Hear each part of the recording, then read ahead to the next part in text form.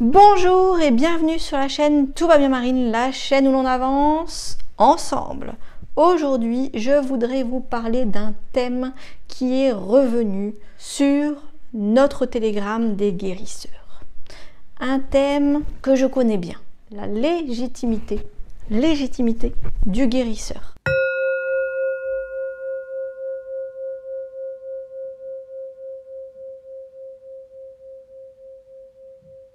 Je pense que tout le monde passe par là. Or, on le sait. Ça, c'est comme en écriture. C'est le syndrome de l'imposteur. J'aime bien mettre des mots dessus. Mais c'est vrai que beaucoup de personnes sont confrontées à ce problème de légitimité. On a peur de ne pas être légitime. Et donc, suite à un message d'une personne sur le sujet de est-ce que je suis légitime? On me demande un soin, je me demande si je suis légitime, si je ne vais pas faire mal, si je peux faire des bêtises. J'aimerais vraiment donner ma réponse, ma version, donner mon expérience. Puisque ça fait 2 ans que je suis lancée, je voulais vous parler de mon expérience comme je le fais à chaque fois sur cette chaîne. Alors, je voulais répondre à cette question, ce besoin de est-ce que je suis légitime, cette question qui revient. Parce que je l'ai eu aussi avant de me lancer. Je me suis dit, est-ce que je me lance? Est-ce que j'expérimente? Est-ce que je peux faire des bêtises? J'ai pas eu trop cette version-là. J'ai plus eu le truc de me dire, bah voilà, je fais payer. Donc voilà, au début je ne faisais pas payer parce que j'expérimentais, j'apprenais, donc je faisais pas payer. Puis c'était mon entourage. Et donc après il y a eu cette phase de faire payer, puisqu'on échange une énergie, échanger contre un autre soin, échanger parfois contre de l'argent. Bref, là c'est plus une question de confiance en soi. Donc j'ai noté 3 choses qui me sont venues quand j'ai entendu ce message. En 1, ça c'est quand je coach quelqu'un, je reviens toujours à la base. Je dis toujours, quel est ton objectif? Pourquoi tu as fait cette formation? Pourquoi tu es devenu guérisseur? Pourquoi tu veux écrire un livre? Pourquoi tu as choisi de devenir entraîneur sportif? Pourquoi tu as choisi... Voilà, pourquoi? Pourquoi vous faites ça? Quel était votre objectif? Je l'ai dit dans mon entretien avec Emily, moi... Quand elle a parlé de sa formation de guérisseur spirituel, je ne m'étais jamais posé la question j'avais jamais entendu ça. Je me suis dit, waouh, allez, c'est parti, on avance vers la nouvelle terre, on va manier des nouvelles énergies, on va avancer, on va co-créer ce nouveau monde. Allez, je me lance. Peu importe ce que j'en ferai, tant que ça nous fait avancer, que c'est pour le bien-être, mon bien-être, le bien-être de tout le monde. Allez, c'est parti. Et j'avais vraiment cette ouverture du cœur d'y aller, voilà, c'est une ouverture. J'ai du mal à l'exprimer avec des mots, mais c'était vraiment comme ça, ce besoin. Alors je ne sais pas, mais posez-vous la question. Mettez sur pause la vidéo et demandez-vous pourquoi j'ai fait cette formation. Peu importe. Vous avez fait la formation d'Emily ou vous avez fait une formation, je dis une bêtise, mais de sophrologue, du Reiki, peu importe. Pourquoi? Quel était votre objectif? C'était aider plusieurs personnes autour de vous qui ont des soucis? Pourquoi pas? C'était vous lancer dans un nouveau métier? Pourquoi pas? Mais il y a quelque chose de positif dans ce que vous vouliez faire. Quel était votre objectif? Revenez à ça. Vous êtes légitime, puisque vous avez cette volonté de faire le bien. Au départ, c'est ça, vous voulez faire bien. Vous voulez apporter au monde quelque chose de plus, quelque chose de mieux. Il y a une envie, il y a un désir, il y a une ouverture de cœur. Donc déjà, vous êtes légitime. Je vois pas en quoi ça, on pourrait vous dire « Ah bah non, c'est pas bien ». Non, c'est mieux de ne pas bouger, reste où t'es, ne bouge plus, ne fais plus rien, n'avance plus. Donc, revenez à pourquoi vous le faites. Souvent, quand il y a quelque chose qui finalement... Je prends un exemple, quelqu'un que j'ai un peu coaché, qui voulait voir si elle savait faire quelque chose de précis, s'occuper d'enfants toute la journée. Donc, elle est retournée dans le salariat. Mais son objectif, c'était, on s'en fout. Son objectif, c'était savoir si je sais m'occuper d'enfants. Ça se passe mal. pas avec les enfants. Ça ne va pas, l'encadrement ne va pas, le salariat ne va pas, peu importe. Au final, l'objectif était atteint. Je sais que je peux m'occuper d'enfants toute la journée. Voilà. C'est tout ce qu'il y avait à savoir. Il faut toujours revenir à son objectif. J'ai envie de lire 3 livres cette année. Peu importe ce qui se passe. Finalement, j'ai lu 4 livres, il y en a un, ça a été nul. Je l'ai lu, j'ai rien compris. Hein. Peu importe, votre objectif c'était de lire 3 livres. Bon, bah là c'est un peu la même chose. Votre objectif c'est de faire le bien. Votre objectif c'est de guérir, d'aider des personnes à se soigner. Enfin, se guérir, je préfère le mot guérir. Bref, revenez à vos objectifs. En deux, je dirais l'intention. On y revient, l'intention. Vous avez l'intention de faire le bien. Vous ne pouvez pas faire mal. Vous ne pouvez pas tuer quelqu'un, je vais le dire comme ça, tant pis. Vous ne pouvez pas tuer quelqu'un en vous connectant à lui dans l'idée de « je vais l'amener à plus de bien-être ». Je vais l'accompagner pour un moment, pour l'aider à aller vers sa guérison. Vous faites rien, vous l'accompagnez vers sa guérison. Vous vous détachez, ce n'est pas vous. Vous accompagnez quelqu'un, ce n'est pas vous. Le centre, ce n'est pas vous. C'est entre vous et une personne. Je ne sais pas si je me fais bien comprendre. Mais il y a toujours différentes portes d'entrée. Il y a toujours différents apprentissages et différentes expériences. Quelqu'un qui vous demande un soin, il vient parce que vous avez une vibration. Comme vous rencontrez quelqu'un où vous dites « Ah, lui, je le sens pas ». Ça peut être en termes d'odeur. Ça peut être parce que physiquement, il y a quelque chose qui vous repousse ou parce qu'il a dit quelque chose qui, vous savez que les valeurs ne sont pas avec les vôtres. Ça ne peut pas s'accorder. Ben, c'est tout. Mais là, il y a quelqu'un qui vient vers vous, qui vous demande un soin. Votre intention, c'est de faire le bien.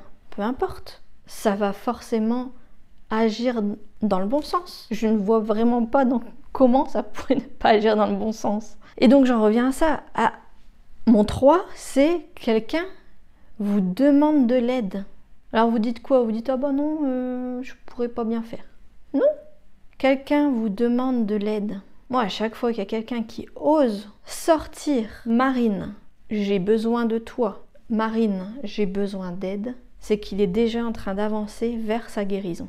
C'est déjà une première marche. Ça se dit, je veux dire, les médecins, etc., ils le disent quand même. La première étape de la guérison, c'est de vouloir être guéri, de comprendre, comme quelqu'un qui est alcoolique ou quelqu'un qui a une addiction. La première étape, c'est de se rendre compte qu'il y a un problème qu'on veut et de vouloir agir. Donc, il vient vers vous et vous demande de l'aide. Ben, moi, je dis toujours à quelqu'un qui vient vers moi, même pour un conseil, pour une question, ça veut dire qu'il vous sent légitime.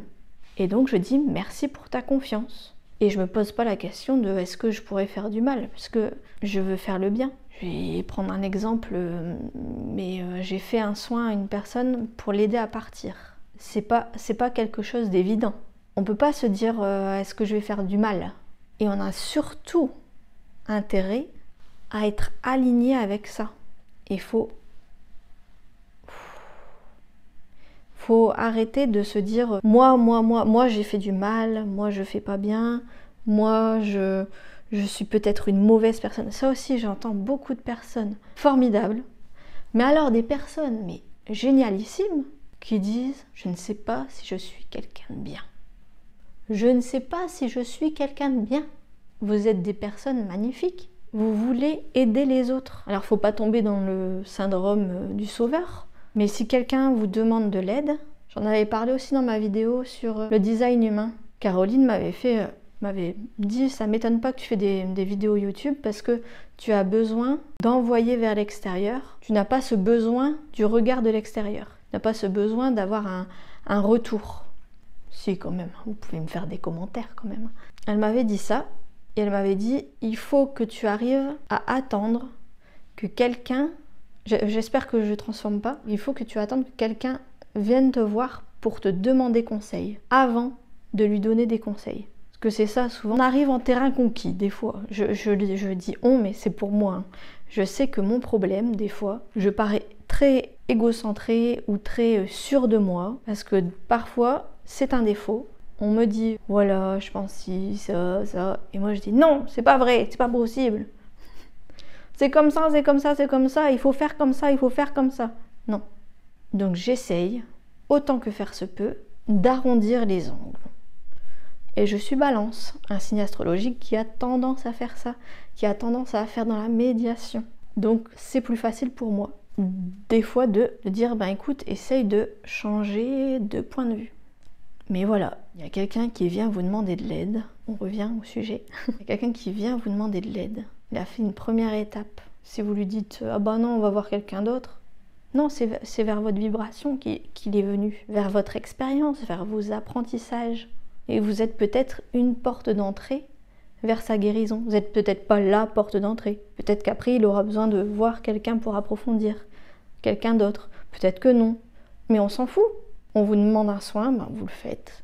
Vous voyez ce qui en ressort. Peut-être même que ça va vous faire travailler vous. On ne sait pas. Il faut faire les choses le plus simplement possible. Si vous avez suivi la formation d'Emilie, je veux dire... je pense qu'en fait, c'est plus se casser la tête pour simplifier les choses.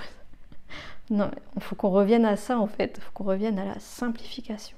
Et du coup, pour terminer, je voulais vous donner 2 exemples, parce que je me dis que ça peut aider. Exemple 1, sur le fait de faire sans... de lâcher prise. Un jour, j'ai fait un soin. Quelqu'un devait faire quelque chose qu'il ne voulait pas faire. Vous comprenez, je parle toujours un peu en langage codé. Il devait faire quelque chose qu'il ne voulait pas faire. Il m'a demandé un soin par personne interposée. Soit. Donc je fais le soin, ma façon. Chacun a sa façon de faire les soins. Et à la fin du soin, je le place, comme souvent dans mes soins, dans une bulle. Une bulle de protection pour que ce soit facile. Et pour le protéger au maximum. Une bulle de protection. Et alors le lendemain, je dis rien de ce que j'ai fait. De toute façon, j'ai même pas le contact direct avec lui. Et le lendemain, il dit à la personne qui m'a demandé le soin, ouais, je dis, c'est pas vraiment ces mots, ça fait 2 ans, je crois. Il a dit, j'étais bien, je l'ai fait, mais en fait, j'étais dans ma bulle. Dans la bulle. Et ça a été dans mes premières expériences et ça m'a soulagée. Et je me suis dit, voilà, peu importe, j'ai réussi. Enfin, j'ai réussi, il a réussi, nous avons réussi. Peu importe. Ce qui s'est passé, c'était ce qu'on voulait finalement. Il n'y a pas eu de jugement. Il devait le faire, il l'a fait.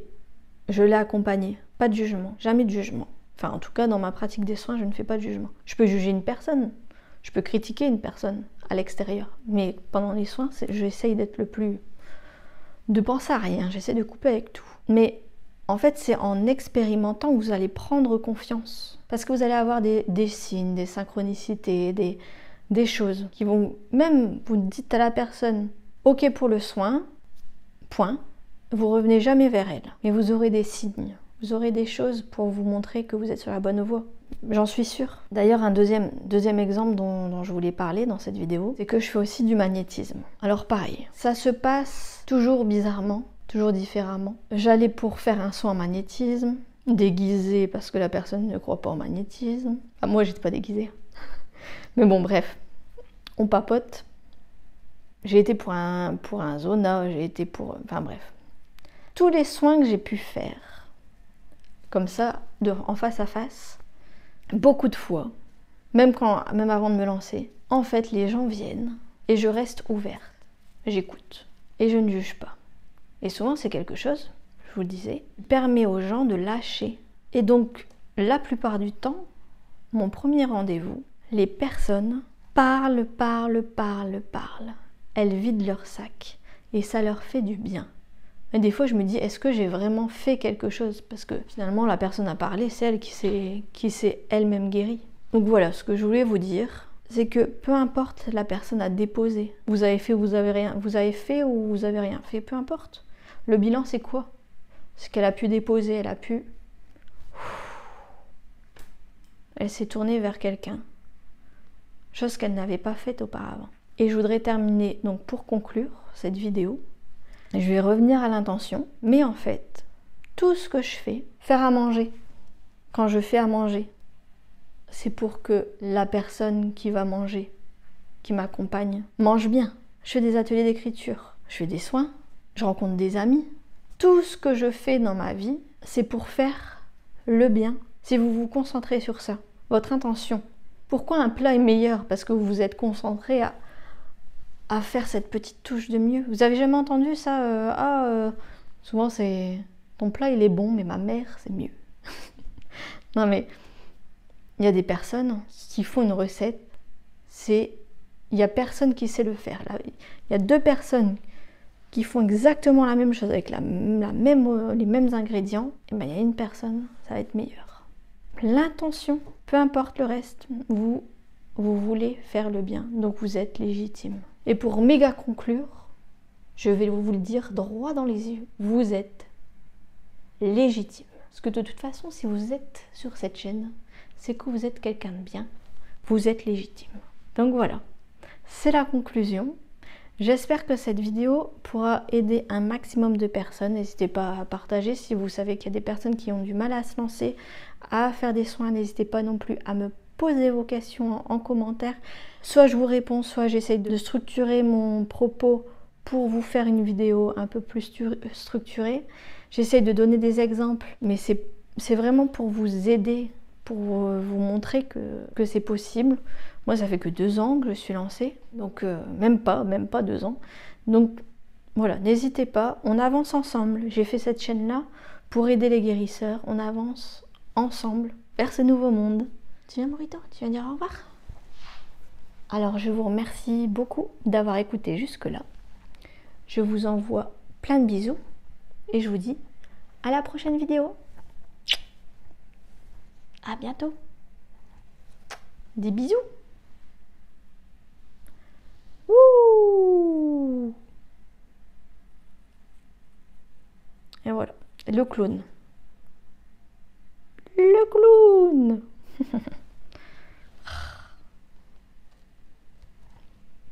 Le clown du spectacle.